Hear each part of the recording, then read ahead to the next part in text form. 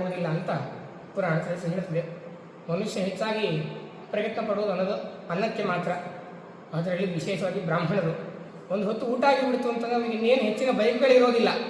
ಸಾಕು, ನಾಳೆ ಹಸವಾದಾಗಲೇ ಎಚ್ಚರಾಗೋದು. ಅಲ್ಲಿವರೆಗೂ ಅವ್ರದ್ದೇನು ಪಾರಾಯಣನೋ ಪ್ರವಚನನೋ ಪಾಠನೋ ಅದು ಮಾಡ್ಕೊಂಡು ಆರಾಮಾಗಿ ಬಿಡ್ತಾರೆ.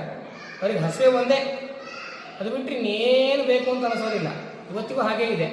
ಎಷ್ಟೋ ಕಡೆಗಳಲ್ಲಿ ಏನೂ ಉದ್ಯೋಗದಲ್ಲಿ ಏನಿರೋದಿಲ್ಲ, ಆದರೂ ಕೂಡ ಬಹಳ ನೆಮ್ಮದಿಯಾಗಿ ಇರ್ತಾರೆ ಅನ್ನೋದು ಬ್ರಾಹ್ಮಣರು ಮಾತ್ರ.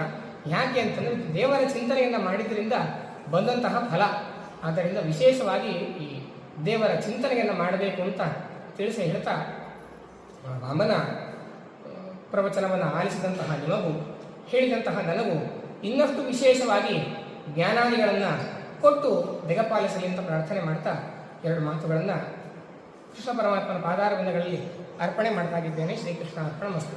ಕರ್ಮಾದವು ಕರ್ಮ ಮಧ್ಯೆ ತದುಪರಿತ ಹರಿಂ ಪ್ರೇರಕಂ ಸಂಸ್ಮರಂತಹ ತಸ್ಮಿನ್ ಸ್ಥಾನ ಅರ್ಪಯಂತ ಶ್ರುತಿ ಪಥ ವಿಪರೀತ ಕ್ರಿಯಾ ವರ್ಜಯಂತಹ ಏವಂ ಯೇ ವಾದಿರಾಜ ಭಿಜಯತಿ ವಿವಿಧಂ ಸಂಗ್ರಹಂ ಚಿಂತಯಂತಹ ಕುರ್ಯುಃ ಕರ್ಮಾಣಿ ತೇಷಾಂ ವಿದಸತಿ ಸಕಲಾಭಿಷ್ಟನಿಷ್ಠೋ ಮುಕುಂದಃ ಪ್ರೀತೋಸ್ಮಿ ಮಾಪತೆ ವ್ಯಾಸ ಯದಿ ಕೇನಾಪಿ ಕರ್ಮಣ ಕುರುಮಾ ಮಧ್ವಶಾಸ್ತ್ರಸ್ಯ ಸದಾ ಭಕ್ತಿರತಂ ಹರೇ. ಶ್ರೀಕೃಷ್ಣಾರ್ಪಣಮಸ್ತು.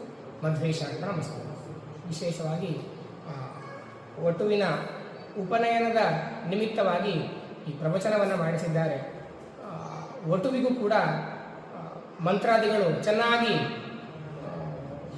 ಬಂದು ಆ ಮಂತ್ರಾದಿಗಳನ್ನು ಅನುಸಂಧಾನಪೂರ್ವಕವಾಗಿ ಹೇಳುವಂತಹ ವ್ಯಕ್ತಿತ್ವವನ್ನು ದೇವರು ದಯಪಾಲಿಸಲಿ ಅಂತ ಪುನಃ ಪ್ರಾರ್ಥನೆ ಮಾಡ್ತಾ ಇದ್ದೇನೆ. ಇತೋಪ್ಯತಿಶಯವಾಗಿ ಚೆನ್ನಾಗಿ ಸಚ್ಚಾಸ್ತ್ರಗಳ ಶ್ರವಣವಾಗುವಂತಹ ಯೋಗ್ಯತೆಯನ್ನು ಪರಮಾತ್ಮ ದಯಪಾಲಿಸಲಿ. ನಿಮಗೆಲ್ಲರಿಗೂ ಕೂಡ ಉತ್ತರೋತ್ತರವಾದಂತಹ ಶಾಸ್ತ್ರಾದಿಗಳನ್ನು ಕೇಳುವಂತಹ ಸಂಪತ್ತನ್ನು ದೇವರು ದಯಪಾಲಿಸಲಿ ಅಂತ ಪ್ರಾರ್ಥನೆ ಮಾಡ್ತಾ ಇದ್ದೇನೆ. ಶ್ರೀಕೃಷ್ಣ ಅಂತ ನಮಸ್ಕಾರ.